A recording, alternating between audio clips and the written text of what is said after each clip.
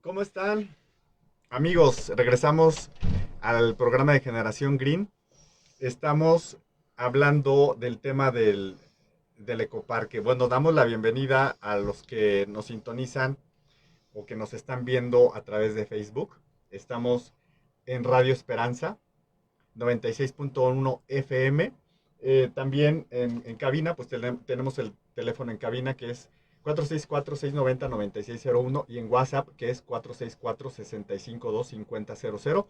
La señora Maricoco hace un momento me acaba de hablar, estaba en el aire y me hacía una observación que decía que en el ecoparque habrá que ver algún acceso, que porque ella considera que cuando camina por ahí por la parte de atrás, es lo que le entendí, que lo siente muy oscuro.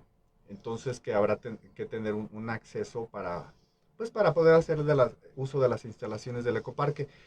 Y volvemos al punto. Yo creo que, gracias, señora Maricoco, y bueno, continuamos. Yo creo que es parte de lo que hace un momento veníamos hablando, de que los espacios deben de estar bien diseñados.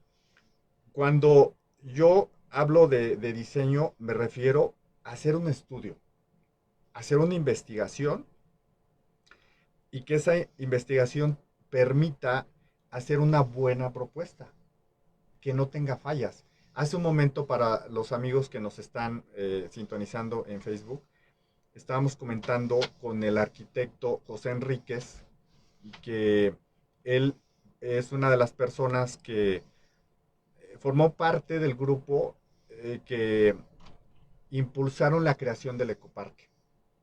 Entonces, pues hablamos pues de muchos aspectos muy importantes. Hablamos de hace unos minutos de cuánto requerimiento de área verde en un espacio humano debería de haber y cuánta, en el caso de Salamanca, cuánta equivalencia debería de haber. Mencionamos que es como si debiera haber al menos unos 9 ecoparques y nada más tenemos uno, ¿sí? Y yo comentaba, pues por lo menos que haya 5. Ya tenemos el del centro, nos faltaría el del norte, el del sur, el del este y el oeste. También estábamos comentando cómo a través de las administraciones, ahorita el arquitecto mencionaba, cómo ha habido áreas que ya están designadas para parques urbanos y que no se han respetado, ¿cierto? Nos podría comentar de lo que decíamos de la biblioteca, del centro de lectura y la Casa de la Cultura, ¿cierto? Sí, efectivamente esas hectáreas se compraron, así lo dispuso el cabildo en su momento, para un parque, porque la gente de San Juan, Chihuahua, y de todo ahí, el Durazno y todo eso, no tienen un metro de área verde. Entonces se compró para eso. Y fue una historia muy eh, larga de contar, sería una historia muy larga de contar, porque en resumen, esa área la habían comprado un grupo de maestras para hacer ahí sus viviendas. El ayuntamiento les dijo que no los iba a dejar hacer ahí, y la razón era muy sencilla. El ruido que se genera cuando hay eventos en la feria, en lo que era la feria, y los eventos que se hacen allí en el centro cívico y todo esto, pues duran hasta altas horas de la noche, y las personas que duermen o tratan de dormir, que viven cercanos a esas áreas, no duermen. Y se les decía a las maestras en aquel entonces: imagínense, maestras, ustedes van a llegar a dar clases desveladas, de mal humor, no van a estar en la plenitud de sus aptitudes para comunicarse con los niños.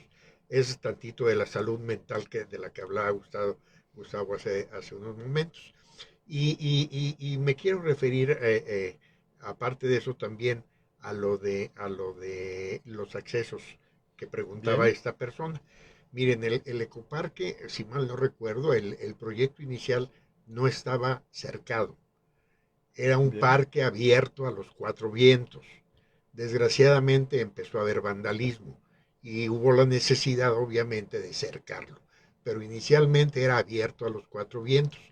Hoy en día, yo pienso que la gente de San Pedro y lo que está ahí en esa área no tiene un acceso inmediato y franco hacia el ecoparque. Ojalá se pudieran hacer unos puentes peatonales para tener otras entradas al ecoparque y que la gente pudiera gozarlo más.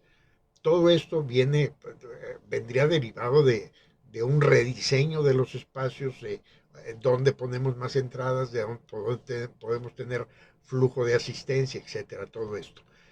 Eh, Sería importante que se tomara en cuenta esto, pues para hacer más accesible el ecoparque. Yo sé que va mucha gente al ecoparque y que se han realizado labores muy bonitas ahí, Sí, ha eventos muy habido bonitos, sí, sí, muy sí. bonitos, ha habido que eventos donde vienen artesanos a exponer y bueno, llevan sus mesas y todo y en la tarde los Los recogen. festivales, algunos eventos, ¿cómo le llaman? Festivales, me parece que ferias. Entonces sí son eventos muy bonitos, se disfrutan mucho justamente porque está rodeado uno de la naturaleza y de árboles.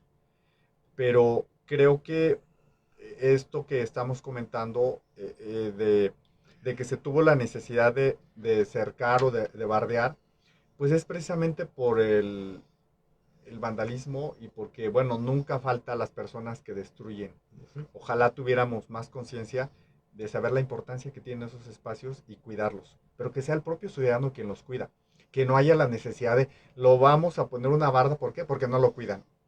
No sé en qué momento va a haber ese cambio de mentalidad y de actitud, pero ojalá sí estemos trabajando, ¿no? Como individuos en el cuidado de estos elementos que tantos beneficios nos aportan y que tanto se disfrutan, ¿cierto? Sí, claro. Entonces, Hay sí, un ejemplo, unos juegos que pusieron en la calle Sol, cuando la urbanizaron.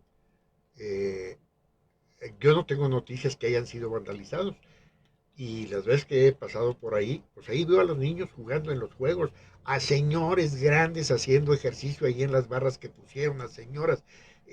Si los hubieran vandalizado, ya esas personas hubieran perdido la oportunidad de hacer sus ejercicios, de disfrutarlos y de hacer uso de ellos. disfrutarlos, hacer uso de ellos. Nos falta tantita cultura todavía, desgraciadamente. Yo también no estoy de acuerdo en que se haya bardeado. No sé en qué momento se bardeó. Bueno, se le puso una cerca de estas de Maya Ciclón, pero sí, yo soy de la idea de que debe estar abierto a los cuatro vientos y que los ciudadanos lo debíamos de cuidar. Sí, sí, yo también. Hay otro aspecto que creo que también se debe de considerar, y digo, de ahí también nace la propuesta de que si se hace una investigación y se hace una propuesta, la misma propuesta nos va a señalar cuáles son las especies más apropiadas para un espacio de estas características. Porque también cuando no se siembran las especies apropiadas, también crea una problemática. O la misma especie, parece que no, pero la misma especie sufre en un lugar que no debe de estar.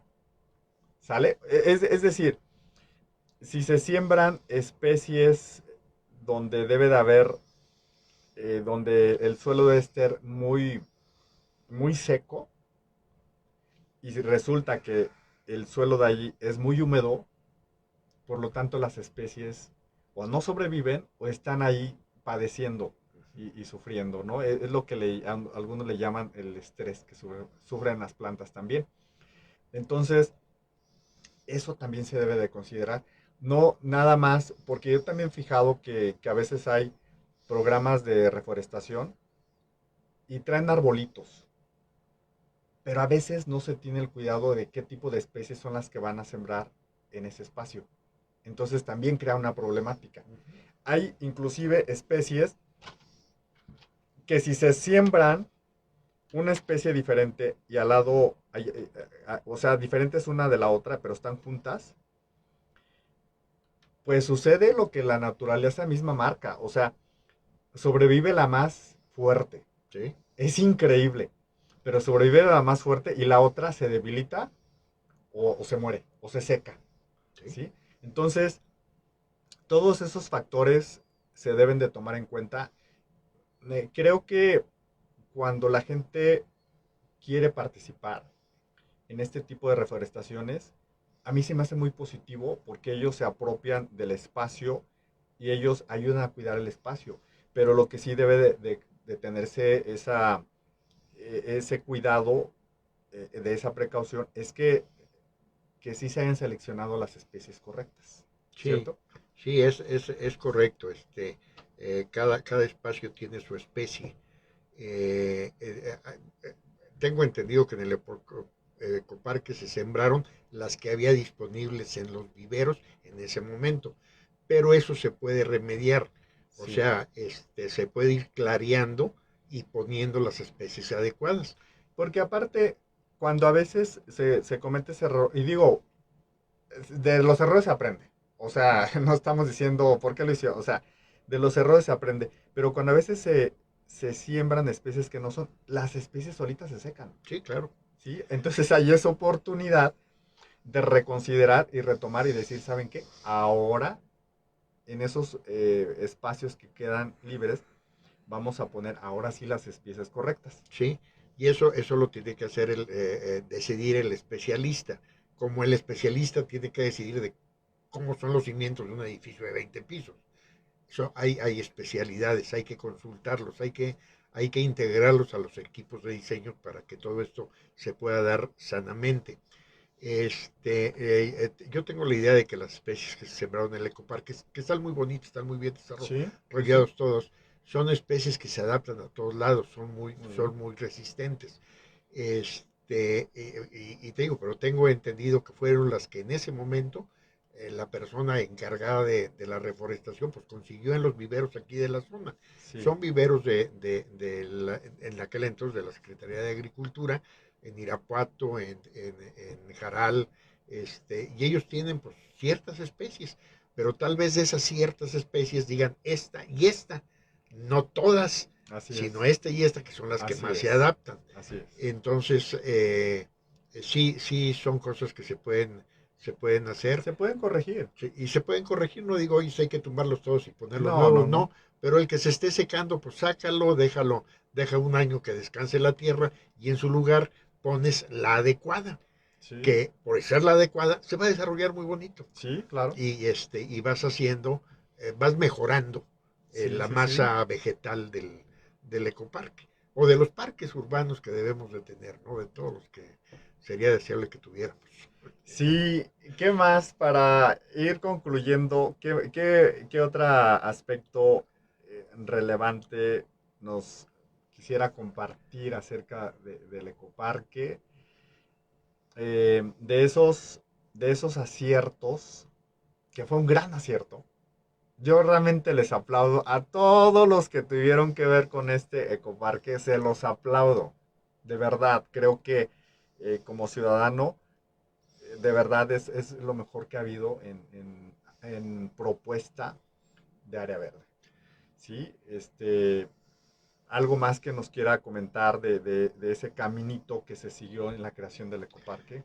Mira, Gustavo, yo tengo noticias de que hay un proyecto para desarrollar también con masas vegetales, este, que a final de cuentas serían parques, la ribera norte del río Lerma, Sí, desde el convento de San Agustín hasta Nativitas. Es una superficie suficientemente larga y ancha para que ahí quepan muchos árboles y muchos lugares de esparcimiento, parquecitos, o sí. sea, bien diseñados, donde la Serían parques gente lineales. serían parques Parques lineales, lineales.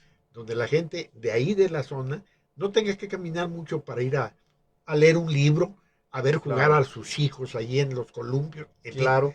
a actividades que necesita desarrollar el ser humano. Claro. Entonces, eso está apenas en proyecto, ojalá lo sigan. Debe de haber otros proyectos por ahí y ojalá las autoridades actuales y las que vengan se fijaran y nos pudieran ayudar a que Salamanca fuera un poquito más verde. Porque Salamanca se tienen las condiciones naturales para ser una ciudad bellísima, tan solo por el lado del río Lerma. Porque todo lo que es río Lerma, que pasa por el centro de Salamanca, se puede convertir en un elemento paisajístico extraordinario. Pero también aprovecho para hacer ahí subrayar una cuestión. El río Lerma, el ciudadano lo tenemos, bueno, hay muchos ciudadanos que son bastante desordenados y lo tienen muy sucio. Y más esa parte, me decía una maestra de la Universidad Tecnológica, que de la parte justamente de ahí de los puentes, del puente negro hacia rumbo a Celaya, que es la parte más sucia del río. Si ahí hay una propuesta, pues lo primero que se tiene que hacer es limpiar, porque también tuve aquí de invitado a un extraordinario, y cada que lo menciono lo digo así con mucho gusto, un extraordinario ciudadano, porque él solito está limpiando el río Lerma.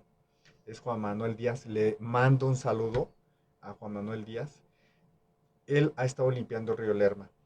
No sé si esa parte ya él la conozca, pero esta maestra de la Universidad Tecnológica, la maestra Zaira, le mando un saludo también. Me decía que es la parte más sucia. Ojalá primero limpien. Sí, porque se está hablando de una propuesta paisajística. Todo se tiene que hacer en pasos, ¿sí?